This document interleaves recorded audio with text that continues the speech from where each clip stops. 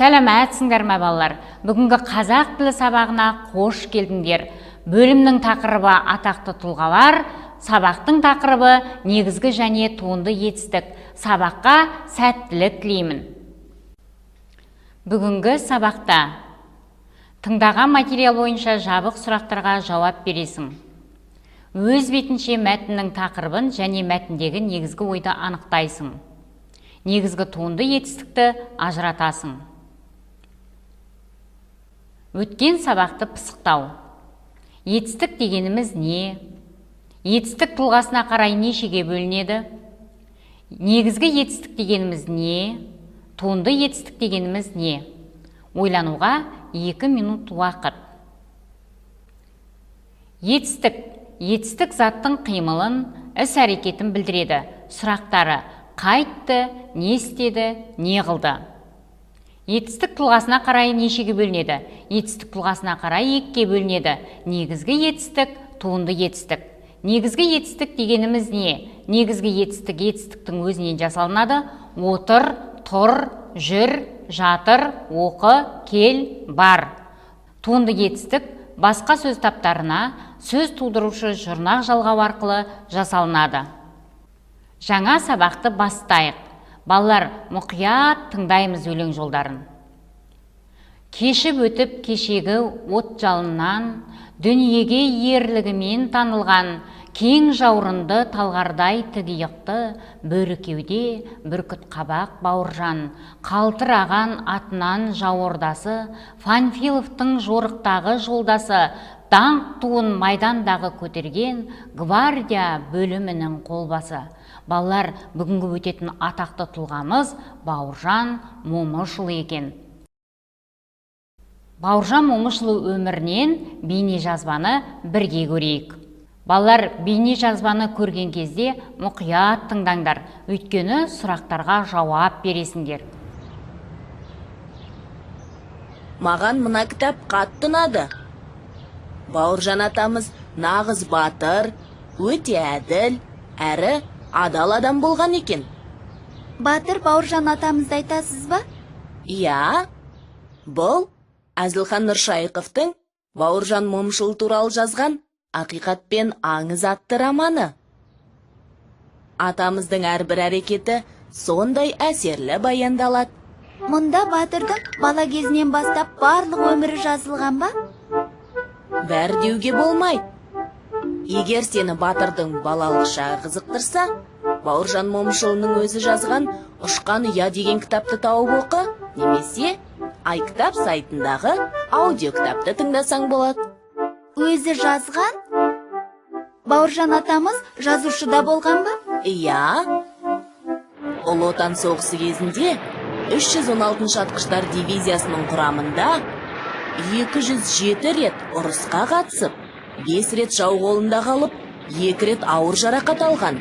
Бір ұрыста Бауыржан Момышұлының омыртқасына оқ тиген. Батыр атамыз ешқандай дәрі-дәрмексіз ашық далада сол оқты алдыртып, шайқасқа қайта кіріскен. Қандай шыдамды? Ал соғыстан кейін не істеген? Соғыстан кейін жоғары әскери академияны бітіріп, сонда дәріс берген. Әскери қызмет аяқталып, демалысқа шыққан соң, басынан өткендерін жазуға отырған. 2010 жылы батыр жазушы шығармаларының 30 томдық жинағы басылып шықты. Бауыржан атамыз қазақ әдебиетінде әскери мемуарлық роман жазған бірінші жазушы ретінде белгілі. Өте көп жазған екен. Аға, әскери мемуарлық роман деген не? Естелік түрінде жазылған өмірбаяндық әдеби шығарма мемуар деп аталады. Әскери тақырыптағы мемуарлық романды, яғни соғыста басынан кешкендерін бірінші болып Бауыржан атамыз жазған. Оның Москва үшін шайқас, генерал Панфилов, бір түннің тарихы, соғыс психологиясы, қанмен жазылған кітап сияқты еңбектерінің бәрі де әскери мемуарлық шығармалар. Аға, Бауыржан батырдың қай жерде туғанын білесіз бе? Ол 1910 жылы Жамбыл облысы Жуалы ауданы Көлбастау ауылында туған. Бауыржанды әжесі мен әкесі тәрбиелеген. Ал анасы ше? Анасы Рәзия Бауыржанның 3 жасында қайтыс болған. Бауыржанның бойындағы қайсар, атал мінезі әжесінен дарыған дейді. Әкесі Момыш өз бетімен орысша оқып үйренген. Өлең шығарып, жиын тойда айтысқа да түсіп жүретін адам болған. Ел арасында ағаш ұстасы, етікші және зергер ретінде танымал болған. Әкесі Бауыржанның жан-жақты болып өсуіне аса мән берген. Бауыржан дүниеден өткенше әкесінің айтқандарын есте сақтаған екен. Бауыржан Момышұлы 1982 жылы Алматыда қайтыс болды. Ақылды, адал, әділ және қатал болған дедіңіз. Неге қатал болды екен? Шындығында, адам өз бойындағы адалдықты, әділдікті сақтау үшін қатал болуға тура келетін сияқты. Бірақ ол кісі қатыгез болмаған. Адал адамдарды, әсіресе кішкентай балаларды жақсы көрген. Ол кісі қайда және қалай оқыды екен? Ол өте жақсы оқыған. 1921 жылы мектеп-интернатқа барып, 1928 жылы оны үздік бітіріп шыққан.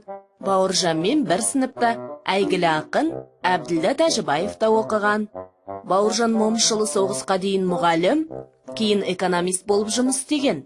Ленинград, қазіргі Санкт-Петербург қаласындағы Қаржы академиясында үздік бітірген. Бауыржан ата туралы басқа да кітаптар бар ма? Иә, ол туралы Александр Бектің Волоколамск тас жолы, Жәмила Игембердиеваның Өмірінің өзі дастан, баласы Бақытжан Момышұлының әкесіне арнап жазған бірнеше кітабы, келіні Зейнеп Ахметованың Шуақты күндер, майдандас досы Дмитрий Снегиннің Шабуылда, Біздің Бауыржан және басқа да көптеген кітаптар бар. Мен қай кітаптан бастап оқысам екен? Батырдың өзі жазған Ұшқан ұя деген кітаптан баста. Адал, әділ, шыншыл, еңбекқор, намысшыл, қайсар, әрі өз халқының абыройын бәрінен де жоғары қоятын Бауыржанның осы қасиеттері қайдан бастау алатынын түсінесің. Осы бейне жазба мазмұны бойынша сұрақтарға жауап беруге дайындалып көріңдер. Бауыржан Момышұлы кім? Қай жылы қай жерде дүниеге келді? Бауыржан кімнің тәрбиесінде болған? Бауыржан Момышұлы Москва үшін шайқаста неше рет ұрысқа кірісті? Бауыржан Момышұлы кім? Бауыржан Момышұлы ұстаз, Ұлы Отан соғысының батыры, полковник, ақын, жазушы. Қай жылы қай жерде дүниеге келді? 1910 жылы 24 желтоқсанда Жамбыл облысы Жуалы ауданы Көлбастау ауылында дүниеге келген. Бауыржан кімнің тәрбиесінде болған? Бауыржан анасы Разия 3 жасында қайтыс болып, әжесі мен әкесі тәрбиелеген. Бауыржан Момышұлы Москва үшін шайқаста 207 рет ұрысқа кіріскен. Тыңдалым тапсырмасы. Мәтінді мұқият тыңда. Бауыржан да ауылда өсті. Оның боз құлыны бар еді. Боз құлын Бауыржанның қасынан қалмайтын. Ол құлынның үстіне секіріп мініп, шаба жөнелетін. Құрдастары құлын мінген баланың соңынан жүгіріп, таң қалатын.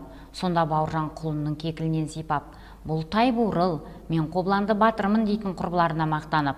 Боз құлын ақбоз ат болды. Бала Бауыржан ер жетті. Ол фашистерден отанын қорғаған атақты батыр атанды. Әңгіме Әзілхан Нұршайықов атамыздан. Балалар, осы мәтін бойынша сұрақтарға жауап беріп көрейік. Мәтіннің тақырыбын анықта. Мәтін кім туралы? Мәтіндегі негізгі ой. Ойлануға 1 минут. Мәтіннің тақырыбы құлын мінген бала. Мәтін кім туралы? Мәтін Бауыржан Момышұлы туралы. Мәтіндегі негізгі ой Бауыржан Момышұлының батырлығы. Семантикалық карта әдісі бойынша берілген сөздердегі негізгі және туынды етістіктерді ажыратып көрейік.